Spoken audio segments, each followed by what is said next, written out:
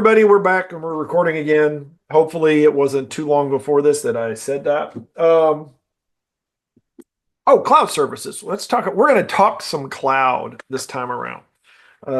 This will be a fun one because I spent a lot of time in this world in the last few years, and I'm going to get shifted over here a little bit and just getting into that and the habits of it because I think I've got a lot of self-serving kind of little things we can throw out there to try to get some people back to some old episodes and such. I don't even remember what seasons they were, but um, that'll be in the show notes. We'll say. And it was a couple years ago since we did the last, I think, video presentation. So that might not be a bad one to do for next year. Well, that could be. Well, because we've had it updated a couple times, and then we did the whole season of Amazon stuff, which was like season 10 or 12 or something like that. So it was like 2018, 19, something like that. Fun times. Anyways, well, hello and welcome back. We are continuing our season of building better developers. This season's actually building better habits. And we are here to help you become a better developer on Developreneur. I happen to be one of the founders. My name is Rob Broadhead, also a founder of RB Consulting, where, yeah, it's called boutique consulting, basically.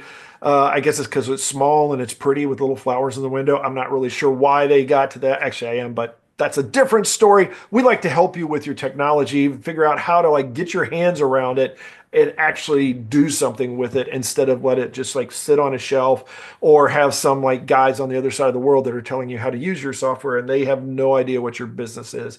We help you through simplification, automation, and integration to take all that stuff, get it together, turn it into a nice little, productive piece of stuff and make the most on your investments. Habits.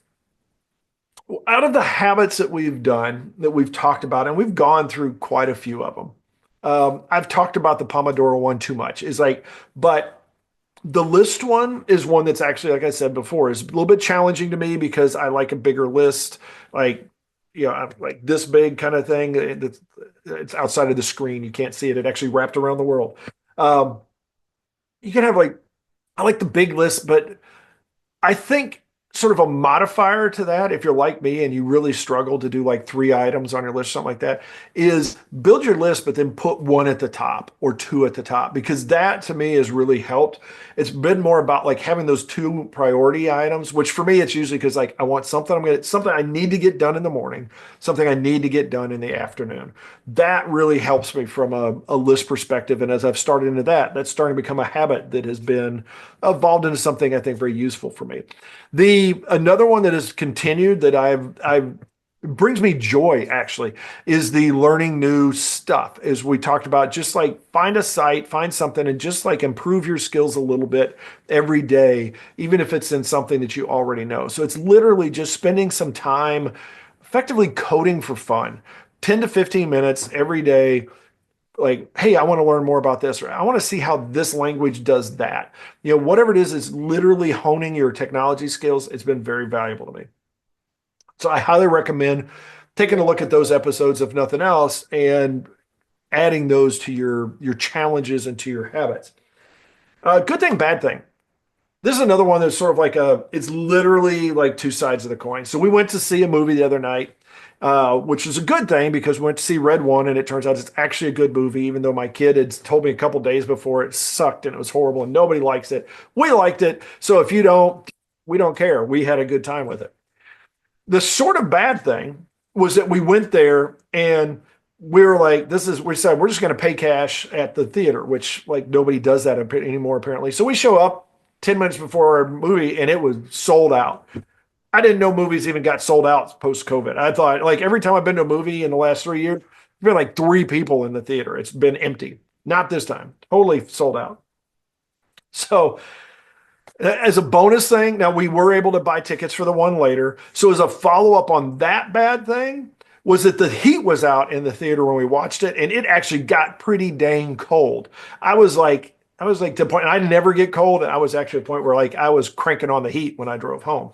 The good thing out of all of that was the movie itself, and because we had to wait till later, we shifted our shopping and eating schedule and actually had a really good meal got all of our shopping done. So by the time we're done with the movie, we're ready to go home and go to sleep.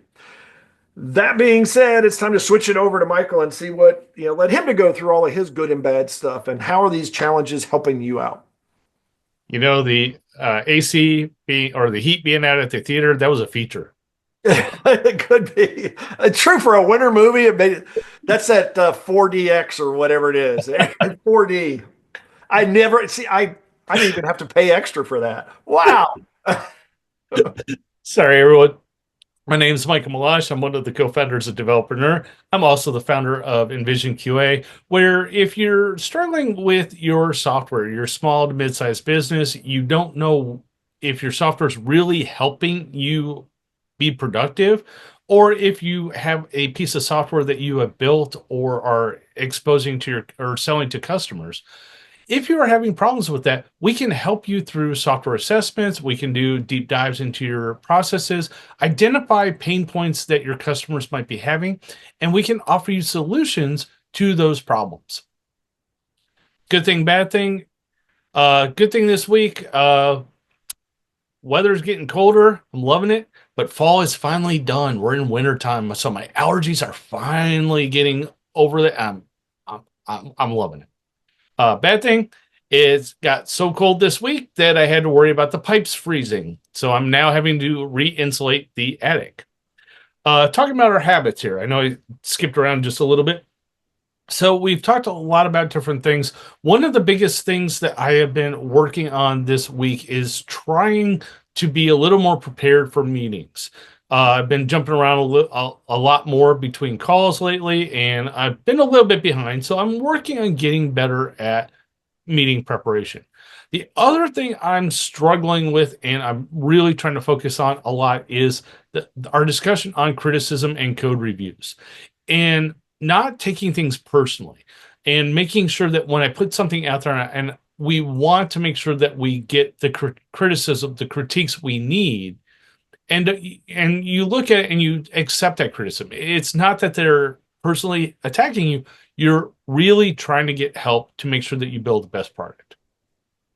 And the last thing I've been working on, especially since we're getting towards the end of the year, is that personal branding and kind of resume building. So I've been working in the business a little bit more, working on some more marketing materials to prepare for a media blast at the first quarter of next year so that I can hopefully draw in more customers and hopefully kickstart the next season.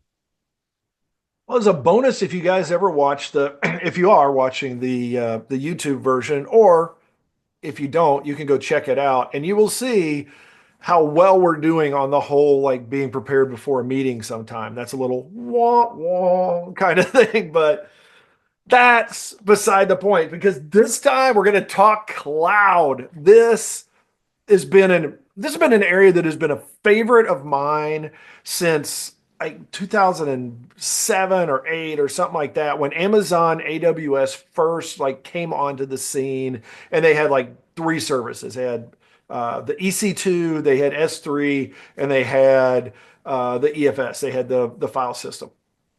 They may have had a couple others, but that's all anybody ever talked about. Now, if you look, they've got like, it's like, I'm not even exaggerating. They've got like 4 billion services. Okay, I'm just exaggerating a little, but like it's literally the point. If you guys go back, and this is where you can, if you haven't, go back and listen to the season where we did every episode was on one of the Amazon services. We had a blog series where we had Amazon services. And by the time we were done, there was a whole new like everything that we just went through families of services. We didn't even talk about the specifics. We touched on them, but we talked about all the families. By the time we were done, 3 months later, I think there were new families, and there was probably 50 new services. And they're not alone. Azure, Microsoft's world does the same thing. They have stuff all the time they're kicking out. Google's GCP, same stuff. Tons of stuff out there. So the habit is, how do I know this stuff? How do I get comfortable with this stuff? Now, if you work in it day to day, particularly if you're like DevOps or something like that, you probably spend a lot of time in these. If you're a developer, you probably don't. I mean, maybe you spend time in them, but not as much understanding it as much as you're a consumer or a user, as opposed to, a knowledge worker or an admin. And so the best way to build this habit is to get off your butt and go play around with it. Now, we've talked before, every one of these have some level of a free tier. Now, some are better than others, and some are more expansive than others. But with every one of them, as a developer, I think it's highly valuable, even if it's not a free tier, even if you're spending 15, 20, 30 bucks a month, something like that. It is worth it to go out there and have a server of some sort that is a virtual machine, a virtual server, a virtual environment that you can work with, that you actually like connect to, put something on there, like have a database, put some data out there, take that crap that's on your local machine and put it out in the cloud just to put it out in the cloud. It is especially if you want to, like me, I've got an EC2 server out there and I use Cloud9, so I actually can do development no matter where I am. I don't really need it because I have a laptop I can carry everywhere, but there is a lot of times where I'm like, you know what? I'd rather just like log into my machine, fire up AWS, and I'm off and running. No, I'm not going to use a phone because that's like too, like, I have man fingers. I don't have like little like pixie fingers or something like that. Um, and even using like an iPad or something like that, which actually that is the best way to start using that stuff. Because what you'll find out is how frustrating all of the things are that we take for granted on a desktop are when you go to a tablet, because all of those clicks and double clicks and all those little things you can do with your mouse, they don't exist or not the same way. They're not the same functionality when you get on a little tablet or a phone. And the next thing you know, you're like, why the heck doesn't this work? And it's like, oh, because it doesn't read it and do the same things as it does, even in the same browser on a desktop. Slight venting session slash done. The thing you want to do is get an understanding of like what these cloud services provide. Ideally, pick one that you don't know. Ideally, if if you spend all your time, like maybe I have, or a lot of time in AWS, then go play around with like Google's or go play around with Microsoft, or just go find one of these providers. Most of them live on top of one of these, major people, but pick one of these and like the drops, the droplets, and some of those kinds of stuff that are out there. DigitalOcean, I'm trying to think, forgot the name. Some of those kinds of places, go spin something up and just get sort of comfortable with how those things work. Better yet, get comfortable with the command line interface for those, because then you can start getting an idea for things like infrastructure as code and some of those things that are the kinds of things that yes, DevOps people know them and that's why they get paid and that's why they get brought in. But if you as a developer know it, it will help you quite a bit when you get in front of your customers and you're helping them build out an environment, or you're building out a suite of applications or something along those lines, that you can build your own servers, you can administer them, you can get in there and you can fix stuff if they're broken. And it doesn't take a lot. It actually probably takes more to keep you to not spend too much time on it. But again, it's one of those things, tie box it a little bit and play around with these tools. If nothing else, go to their sites, look at the services offered, and then just periodically go, wow, the heck is satellite tracking doing on Amazon site? And then go figure out what that thing is. What are your thoughts on this one, Mike? So I know I was throwing up devices like phones and iPads. The interesting thing is, through the history of applications and software development before cloud, we had started getting like the iPhone, smartphones, we had our laptops, but yet we didn't have a really great way to log into companies other than maybe through a VPN, through Citrix, and like VMware. Nowadays with cloud, there's so much you can do with these cloud applications like AWS, Azure, Google. And it's funny because as we were talking about this, I was thinking back to almost 12 years, 13 years ago, where I installed an SSH client on my phone just so I could log into work to fix a problem with a server on the company machine. So even if you don't think you need to know anything about cloud, which in today's world you absolutely do, but there's so much you can do. If you have an idea, play around with it with cloud. You know, I just, I love iPads. I love tablets. And one of the biggest problems I've had over the years was you can't really write software on a tablet. Now, as Rob mentioned, though, we now have online softwares as a service through these cloud environments like Cloud9, where I can write code anywhere. You can stand up your own instances in these cloud environments to go develop from any place on the planet.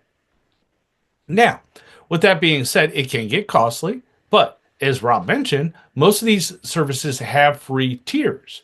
Now, if you're struggling with the free tier idea, stand up your own personal cloud. You can set up your own machine, open it up to the cloud, play around with it. You got Kubernetes, you got Docker. There are container based ideas or container based applications you can use to set up your own virtual cloud. So, clouds are wonderful. It is also a great way to get your application out there quickly and have different people hit it from many different locations. So if you have an idea and you want to play around with it and maybe like poke the bear, like, hey, I have this idea. I want to see if it can hit the masses, if it's popular. Throw up like an AWS EC2 tier. Now, there are caveats to these free tiers and that where they track your credit cards and emails and things like that. But there are ways around that, sort of, the gray area. I'm not endorsing it, but you can potentially have multiple free tiers for different things. Just read the fine print and then try it and play around with it. Amazon is wonderful for their EC2. It gives you a lot. You can do so much development. You can spin up a database. You can spin up Jira. Rob mentioned in the last episode, where we could download the like a $10 version of the unlimited license for Jira versus paying the $10 a month for the licensed version. Well, you could actually download a licensed version of Jira, install it in an AWS instance, and then voila, you now have a cloud-based instance of Jira. Granted, you still have to maintain it yourself. It's still cheaper to do it time-wise for Atlassian, but anyway, I digress. Cloud-based ideas. The other thing I want to mention with this is certifications. So I'm not really a fan of certifications just because I have test anxiety. It's on me. Certifications are wonderful for developers. Now, with the cloud-based applications, there are so many certifications out there, especially on the low tier, that you can easily go get a couple certifications in a couple different applications, a couple different cloud-based services with little or no effort. I just recently got the AWS, I think the low tier foundational certification from that last year. I panicked. I thought, oh my God, this is so hard. I spent 60 hours on it. And then I walked in, I'm like, this test is freaking easy. Even if you have test anxiety, look at things like certifications, especially when it comes to cloud. The other thing is, look at what's online. There's so many playgrounds out there. If you're a JavaScript person, there's like a JavaScript, or what is it, JS Fiddle, that is actually a cloud-based tool that allows you to write real-time CSS, HTML, and JavaScript and see it work right there. That's just one idea of how cloud is useful. Another idea, if you like IDEs, I mentioned Cloud9, Rob mentioned Cloud9. You also have Eclipse Chai. If you're, or Chi, bad with pronunciation sometimes, but it is another cloud-based IDE service that allows you to write your favorite coding language in an Eclipse-like IDE, but in the cloud. So you can actually spin up services behind the scenes, deploy your code, test it, and have fun with it. So cloud-based services isn't just about deploying applications or playing around with software. It's playground. You can go have fun doing many different things online and play around with it. And you can spin it up, take it down, throw it away, spin it up another instance. So play around with this. It is a playground for a reason. So have fun with cloud, and just, if you're worried about cost, just, maybe go buy a gift card or a Visa card, prepaid Visa card, and just make sure it has no money on it when they go to charge it. Wow, that was just too upbeat. I think that was just too much. I need to find a way to bring us down, but I'm not going to do that. So, the challenge for this week is again, you may think it's a little bit self serving, but it's not entirely. You need to is go sign up for one of these things. Go sign up for one of these cloud providers. Go get a little account. Yeah, it may cost you a couple of bucks or something like that. Make sure that you can maybe get a limited card, put it on an account that's like, got a very limit to it. You can put spending limits on a lot of them and things like that. So it'll just shut down once you're done with it. If you ever deal in the Google world of like any of their APIs, I highly recommend that because you can crank up some costs really quick if you don't watch out. Amazon's the same thing. They will, if you use their wizards to create stuff, you can create a really nice environment, but it's also going to be a very expensive environment. And then you're going to be like, uh-oh, I messed up. So keep it sort of cheap. Check out, this is where the self-serving thing is check out launching an internet business. If you go to developaneur.com and just search for LYIB for launch your internet business, we've got it's a 21 day, I believe it's a 21 day thing. We send you something once a day. You also can find, like, if you just want to binge it, you can run through the first 7 days. You can find it out there. You can find it out on our YouTube. The thing about it is it's going to take you probably 7 days because it takes a little bit for like to register and for them to validate it, for you to get back, and for you to build a server, for the server to be ready, and blah, blah, blah, blah, blah. But it will get you by the end of the week that you'll have a little server and you can go putz around on it. You can go like take and continue on the course, and we teach you, we walk through it, put WordPress on it, put a database on it, teach you a little bit of Linux, Unix type coding, or really just like navigating the Unix world. It's really simple. It's less than 15 minutes a day. It's a great way for you to get comfortable with the cloud if you haven't done it. If you're comfortable with Amazon, which is what it's focused on, then go essentially do the same thing. Is take 7 days and decide that you're going to go spin up a server, a low-end server, for example, or create a database in Azure or Google or whatever it is, and just say, okay, I'm going to take 7 days. I'm going to do 10 to 15 minutes a day, and I'm going to see how far I can get. You're going to get far enough that you'll have something to play around with. You'll have some more knowledge. While you're doing that, if you're poking around some of the other services, at least you'll have an idea of what the offerings are and just a rough idea of it. You're not going to master them. Not in, it's going to take a lifetime of 15-minute days, I'm sure. There's just a lot of stuff out there. As Michael mentioned, though, if you want to really monetize it, go get a certification. Pick something, look at the certifications that are out there, pick one that appeals to you, and then go chase it down. Yes, it can be super simple. Also, it can take quite a while because sometimes they are very nitpicky, and you have to understand their environment, their tools, their lingo, and everything else. But once you do, it's actually very valuable to have that. Those are good certifications. I've done that.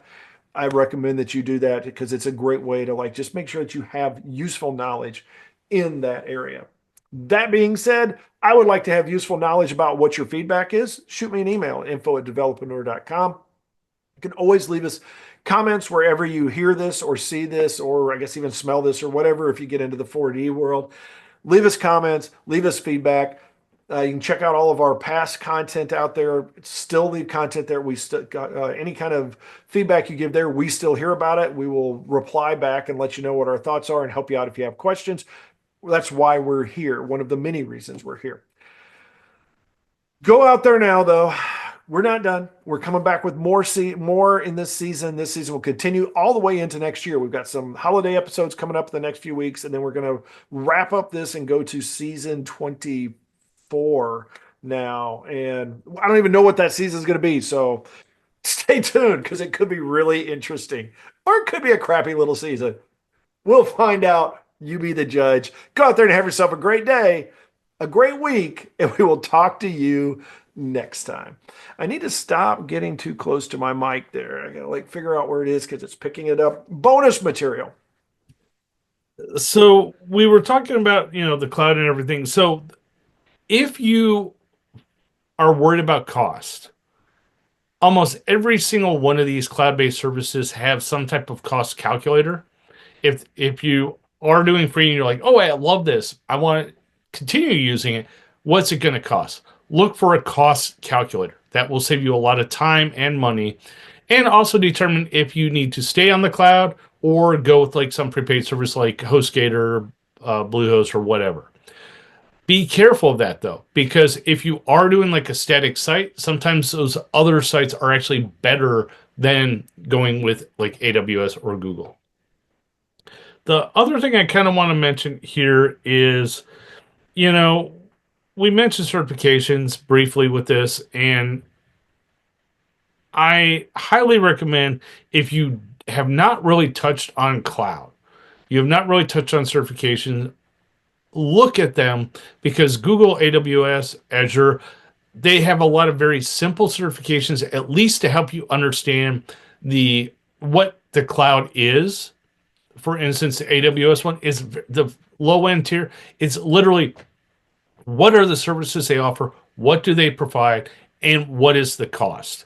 If you go through that, even if you don't take the certification, you might understand if the cost is worth the effort. The last thing I think my bonus stuff is that as I've played around on all of these, my personal 2 cents is I love the Amazon offering of stuff. I use it. I literally have got, I don't know, a half dozen servers that I've got set up. It's very easy. I use it with my customers all the time. When I've got a new customer, it's very easy to either utilize a server that I've already got, or if they're big enough or they've got something, then I'll spin up a demo server or a server for them. I can have it spun up almost, I can have a server up running and do what it needs to do with it within hours, and they're off and running. I don't have to go order something. I don't have to wait for something to get shipped to me or anything like that. But that being said, I actually enjoy the Azure interface much better. Azure's interface is a lot easier to understand. Yeah, you got to get used to it a little bit because there's a lot out there. There's a lot to navigate. But it also has a lot of useful stuff around security and things like that are more wizard-like or whatever. They're more like a nice little flow that walk you through it. Amazon will give you a lot of stuff. There's a lot of power, but their interface to me lacks a little bit. Even though they are getting better on it, it is going to take a little bit of time to get used to it. Azure, if you've spending time in Windows, you should be able to sort of stumble your way through the Azure world.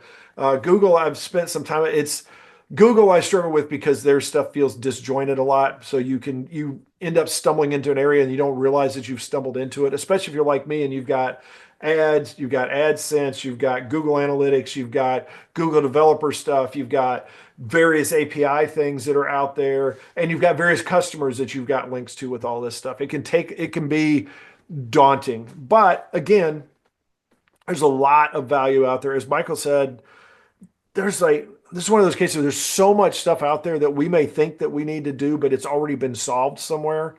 And it may be that there's a cloud solution that's perfect for what your needs are.